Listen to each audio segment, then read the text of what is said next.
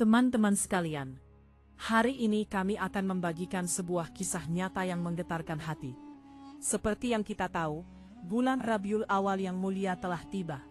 Di berbagai pelosok negeri, umat Islam merayakan Maulid Nabi dengan selawat dan sedekah. Kami memohon agar kisah ini didengarkan dengan saksama, terutama bagi para pemuda-pemudi, agar menjadi pelajaran berharga dalam hidup. Mari kita mulai. Pada malam 12 Rabiul Awal, seorang gadis penghafal Al-Quran, Hafizah, diberikan azab yang begitu mengerikan oleh Allah Subhanahu wa Ta'ala, hingga ia meregang nyawa dalam kondisi yang memilukan. Bahkan, saat liang lahatnya digali, pemandangan di dalamnya membuat orang-orang berteriak histeris. Dosa besar apa yang sebenarnya dilakukan gadis ini? Nama saya Sari. Kami hanya dua bersaudara, semuanya perempuan. Saya menikah dengan sepupu saya, Hadi, dan tinggal bersamanya. Adik perempuan saya bernama Sifa. Orang tua kami adalah sosok yang sangat saleh dan taat beragama. Seluruh warga desa menghormati ayah saya, Haji Abdul Rashid, dan ibu saya sering dipanggil Bu Hajah oleh tetangga. Ayah saya rutin mengadakan pengajian. Namun di bulan Rabiul Awal, rumah kami menjadi pusat kegiatan. Sejak tanggal 1, rumah kami dipenuhi dengan lantunan zikir. Sejak kecil, saya melihat ayah dan Sifa rajin berpuasa sunnah dan mengadakan maulid sebagai bentuk cinta kepada baginda Nabi Muhammad SAW. Kami berdua selalu membantu ibu menyiapkan makanan untuk tamu. Ayah sering berkata, anak perempuan adalah anugerah. Rasulullah pun dikaruniai putri-putri yang mulia. Kita harus bersyukur. Suami saya pun paham tradisi keluarga kami. Sehingga setiap bulan Maulid, ia mengizinkan saya tinggal di rumah orang tua selama sebulan penuh untuk membantu. Tahun ini pun sama. Sifa adalah seorang hafizah, dan ia menggantikan ibu mengaji anak-anak desa karena kondisi fisik ibu yang mulai melemah. Menjelang 12 Rabiul Awal, Sifa sangat sibuk. Ia mencuci karpet, memasang gorden baru, dan sejak subuh sudah menyiapkan paket makanan sedekah. Acara maulid berlangsung khidmat seharian penuh.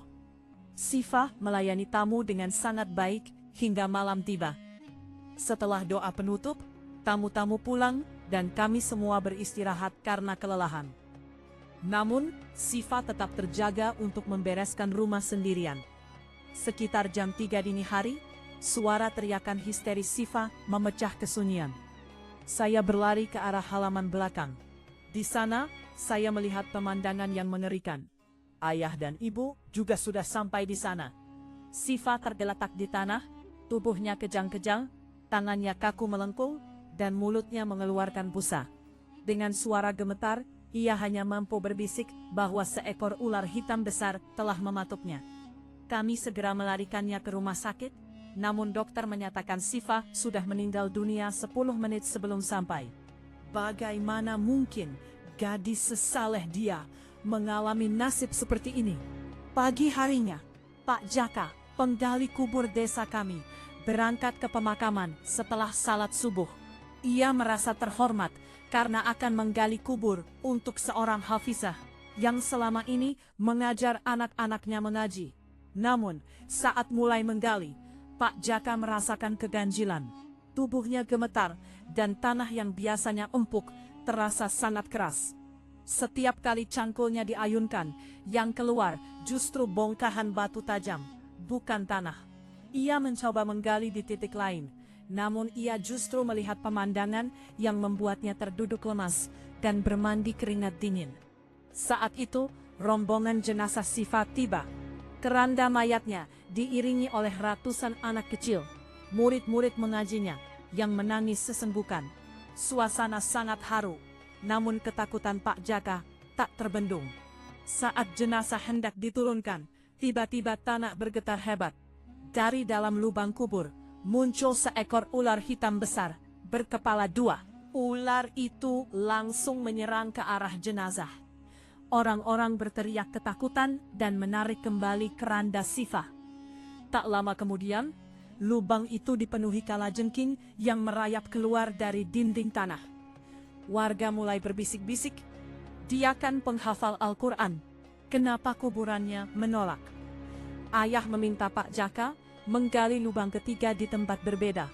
Namun hasilnya sama saja. Ular dan kalajengking sudah menunggu di sana. Akhirnya, suami saya menjemput Kiai Usman, ulama karismatik di daerah kami. Kiai Usman datang dan melihat sendiri kondisi tersebut. Beliau menangis dan meminta jenazah dibawa kembali ke seambi masjid untuk sementara. Di sana, warga mulai menggunjing. Ada yang menuduh Sifa melakukan praktek ilmu hitam. Ada yang bilang dia munafik. Kiai Usman menenangkan warga. Beliau memanggil murid-murid mengaji Sifa dan bertanya, "Apakah Ustazah Sifa pernah berbuat kasar pada kalian?" Anak-anak itu menjawab serempak, "Tidak Kiai, dia sangat baik. Dia ibu kedua bagi kami." Lalu Kiai bertanya pada orang tua kami. Ibu bercerita sambil menangis bahwa Sifa adalah anak yang sangat berbakti, bahkan setiap malam memijat kaki ibu yang lumpuh. Kiai Usman semakin bingung dan melakukan salat sunnah 2 rakaat untuk memohon petunjuk. Saat itulah seorang teman masa kecil Sifa bernama Maya datang dengan terisak-isak.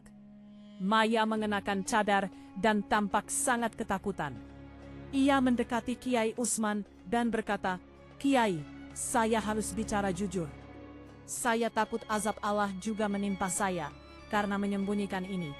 Maya mengeluarkan ponsel dari tasnya dan menunjukkan bukti-bukti yang meruntuhkan hati kami semua. Ternyata selama ini Sifa menjalin hubungan gelap dengan tunanannya, Rian. Karena Sifa tidak punya ponsel sendiri, ia menggunakan ponsel Maya untuk berkomunikasi.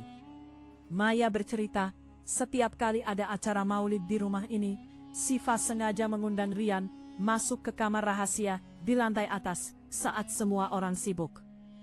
Bahkan, 6 bulan lalu, Sifa nekat mencampur obat tidur ke dalam makanan orang tuanya, agar mereka tidak terbangun saat ia menghabiskan malam dengan Rian. Namun, dosis yang ia berikan terlalu tinggi, itulah penyebab ibu mengalami lumpuh mendadak. Sifa menolak bertaubat dan justru mengancam saya agar tutup mulut. Di dalam ponsel itu terdapat rekaman video dan pesan suara yang menunjukkan bahwa di malam 12 Rabiul Awal itu, saat kami mengira Sifa sedang membereskan rumah, ia sebenarnya sedang bersama Rian di halaman belakang. Itulah saat Allah mengirimkan ular hitam untuk menghukumnya. Kami semua tertunduk malu dan hancur. Sifa yang tampak begitu suci di mata manusia, ternyata menyimpan noda hitam yang sangat besar di balik jubah hafizahnya. Ia merasa aman karena statusnya sebagai penghafal Al-Quran dan pengajar agama. Namun Allah tidak bisa ditipu. Malam itu, atas petunjuk Kiai Usman, jenazah Sifa akhirnya dimakamkan dalam kegelapan total tanpa cahaya lampu, diiringi suara desisan dari dalam tanah. Kisah ini menjadi peringatan keras bagi kita semua. Jangan pernah merasa aman dengan ibadah kita jika di saat yang sama kita berani menantang aturan Allah secara sembunyi-sembunyi. Bertaubatlah sebelum terlambat. Jangan sampai nyawa tercabut saat kita sedang dalam kemaksiatan. Bagaimana menurut teman-teman tentang kisah ini? Tuliskan pendapat dan pelajaran yang kalian ambil di kolom komentar.